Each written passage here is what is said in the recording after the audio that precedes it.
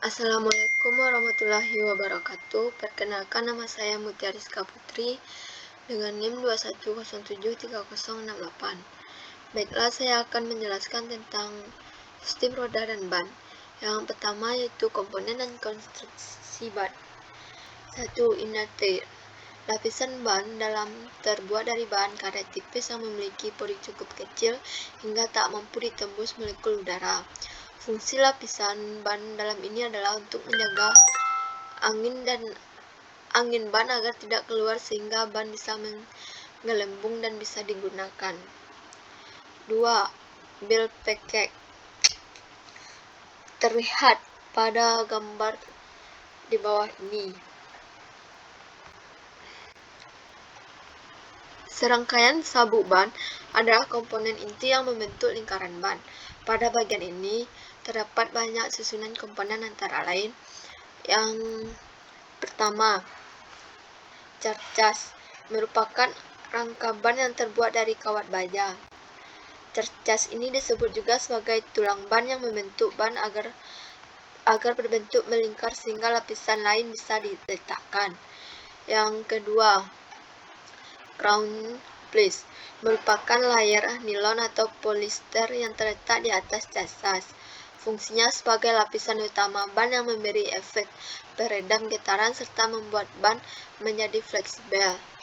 Yang ketiga yaitu cap piece, merupakan layer yang terletak di atas crown piece.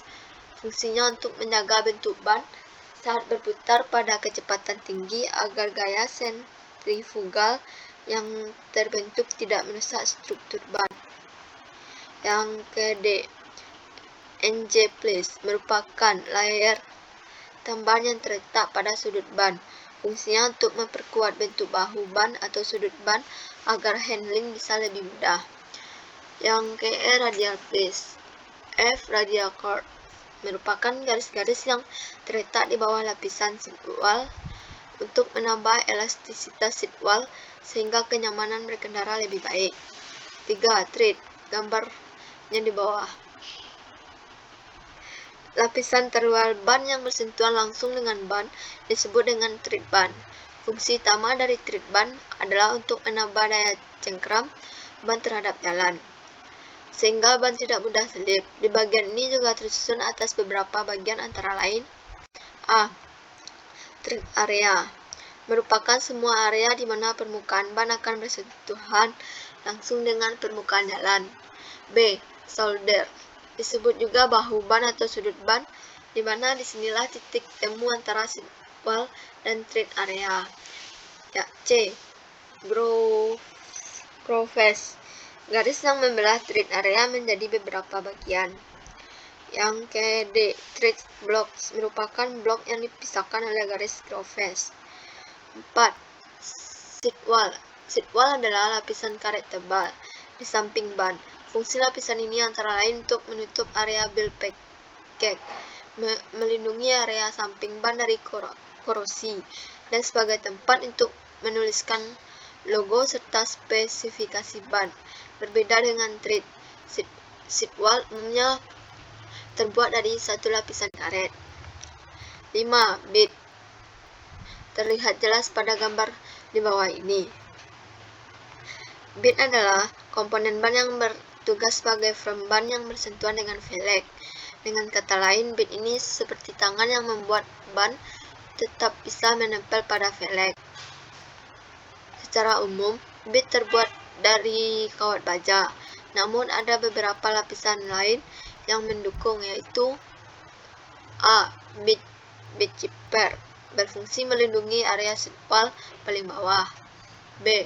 Bit flipper menjaga posisi bit agar tidak bergeser baik saat ban digunakan atau saat penggantian ban.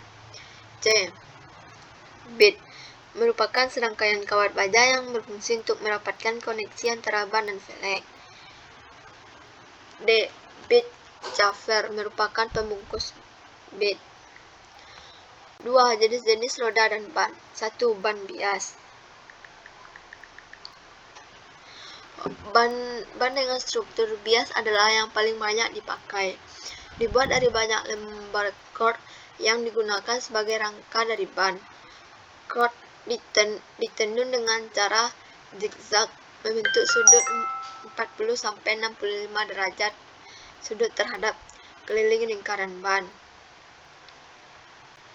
2. Ban radial. Untuk ban radial, konstruksi charge cord membentuk sudut 90 derajat sudut terhadap keliling lingkaran ban. Jadi, dilihat dari samping konstruksi cord adalah dalam arah radial terhadap pusat atau crown dari ban. Bagian dari ban yang berhubungan langsung dengan permukaan jalan diperkuat oleh semacam sabuk pengikat yang dinamakan breaker atau bel. Yang ketiga yaitu ban tubeless. Ban tubeless adalah ban yang dirancang tanpa mempunyai ban dalam. Ban tubeless ini diciptakan sekitar tahun 1990. Di desain tradisional ban pneumatik dibutuhkan inner tube terpisah yang bisa gagal karena beberapa alasan seperti fitment ban salah atau gesekan antara dinding ban dan ban dalam menghasilkan panas berlebih menyebabkan sebuah ledakan. Teknologi ban tubeless tidak jauh dengan kebutuhan untuk ban dalam sehingga meningkatkan keselamatan. Pada ban tubeless, ban yang memiliki lapisan dalam halo butil kedap air dan pinggiran roda bentuk segel kedap udara dengan katup yang langsung dipasang pada pelek.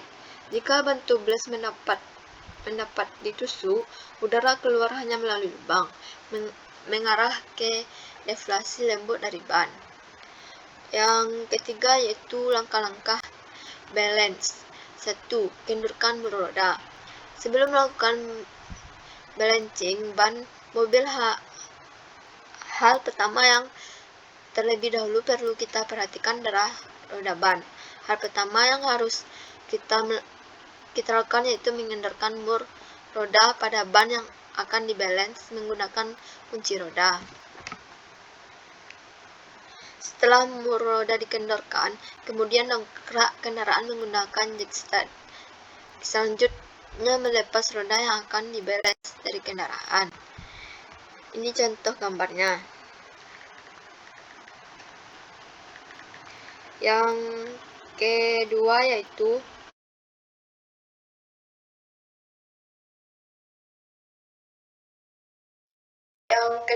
pastikan tekanan ban dengan wheel balancer. Setelah itu, pastikan tekanan ban dalam keadaan standar. Selanjutnya, membersihkan permukaan pelek roda dari bobot balancer sisa yang menempel, serta juga jangan lupa membersihkan segala kotoran pada permukaan pelek.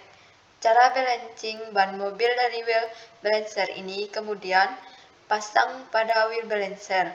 Jangan lupa nyalakan wheel balancer. Setelah itu aturlah angka yang terdapat pada papan wheel balancer. Diwajibkan untuk mengetahui seberapa besar tekanan ban yang diperlukan dan sesuai dengan standar, sehingga tidak terjadi tekanan ban yang terlalu besar.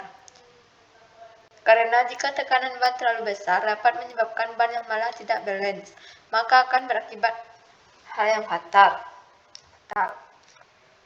Terlihat pada gambar seperti gambar di bawah ini. 3. Aturlah angka pada wheel balancer. Cara balancing ban mobil dengan wheel balancer ini selanjutnya yaitu atur angka yang ada sebelah kiri dengan menarik tuas wheel balancer ke roda. Jika angka tidak sesuai dengan pengukuran, dapat mengubah angka dengan menekan tombol A+ atau A-. Atur angka yang letaknya di tengah. Terdapat kode-kode yang menunjukkan lebar dan diameter pelek. Setelah itu, atur angka dengan menekan tombol B+ atau B-. Setelah itu, atur angka menggunakan width measuring gauge. Setelah itu, jangan lupa untuk mengatur angka ke tombol C+ atau C-. Dan terlihat seperti gambar di bawah ini. 4. Tutuplah penutup ban. Selanjutnya, cara balancing ban mobil yaitu tutup penutup ban dan tekan tombol start. Setelah itu, tinggal menunggu mesin bekerja. Saat mesin berhenti, buka penutup ban dan baca hasilnya dengan seksama. Ambil bobot balancer dan pasang pada roda sesuai dengan angka yang tertunjuk di mesin. Sebelum memasang roda, putar roda terlebih dahulu sampai angka menunjukkan satu garis lurus. Angka yang menunjukkan satu garis lurus itu merupakan penanda bahwa tekanan pada ban telah tepat dan pas dengan standar balancing ban. Tidak hanya itu saja, ketika penutup ban juga perlu memperhitungkan dengan baik dan tidak melakukan kesalahan. 5. Lihat hasil pemeriksaan dan selesai. Lihat hasil pemeriksaan, hasilnya good. Sebelah dan sebelahnya hingga menunjukkan angka yang melenceng. Setelah itu, tutuplah penutup ban dan tekan tombol start untuk melihat hasil. Tunggu dahulu mesin berhenti dan lihat hasil pemeriksaan jika roda telah balance atau belum. Jangan lupa mengecek dengan benar karena akan menimbulkan hal yang tidak sesuai dengan keinginan bila tidak mengecek secara benar. 4. Pengertian static balancing merupakan prosedur menambah atau mengurangi massa pada jarak radial tertentu untuk menyeimbangkan gaya unbalance. Ketika suatu bagian seimbang secara statis, pusat gravitasi berada pada sumbu rotasi. Ini berarti bagian tersebut akan tetap diam pada sumbu horizontal tanpa penerapan gaya pengereman. Ia juga tidak memiliki kecenderungan untuk berputar karena gaya gravitasi. 5. Komponen utama konstruksi ban. 1. Tread. Tread adalah komponen ban paling luar atau disebut telapak lapisan ban luar yang langsung bersentuhan dengan permukaan tanah jalan. Pada bagian tread berfungsi untuk melindungi ban dari benturan atau tusukan berbatuan yang bisa merusak ban. 2. Cercas atau casing. Cercas atau casing adalah sama, yaitu lapisan benang berbentuk ban dan merupakan rangka ban yang menahan udara bertekanan tinggi agar bisa menyangga ban. Cercas dan casing dibuat dari bahan yang berbeda. Cercas dibuat dari bahan nilon baja, sedangkan casing dibuat dari bahan karet. Cercas biasa digunakan untuk ban bias, sedangkan casing digunakan untuk ban radial. 3. Bell atau brickle. Bell atau brickle adalah bagian lapisan benang yang diletakkan antara bagian tread dan casing. Bell terbuat dari nilon dan biasanya untuk ban bias, sedangkan brickle terbuat dari kawat dan biasanya untuk ban radial. Fungsi dari keduanya adalah untuk memperkuat daya antara tread dan cercas.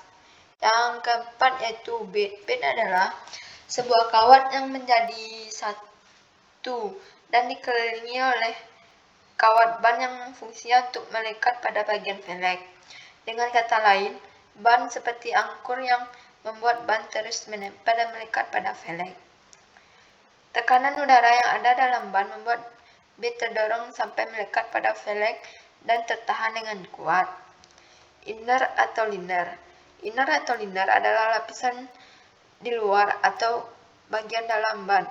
Inner pada ban tubular berfungsi untuk sebagai pengganti ban dalam, sedangkan liner adalah untuk lapisan ban saja yang berfungsi melindungi ban dalam. 6. Sidewall. Sidewall adalah lapisan ban yang ada di samping ban. Tujuannya adalah untuk melindungi atau menutup casan ban. Sidewall adalah komponen ban yang paling besar dan fleksibel. Di sidewall terdapat juga informasi spesifikasi ban seperti ukuran ban, merek, aspek, rasio, indeks beban, rating, kecepatan, play ranting, dan lain-lain. Sekian presentasi yang dapat saya sampaikan. Jika ada kata salah, saya mohon maaf. Assalamualaikum warahmatullahi wabarakatuh.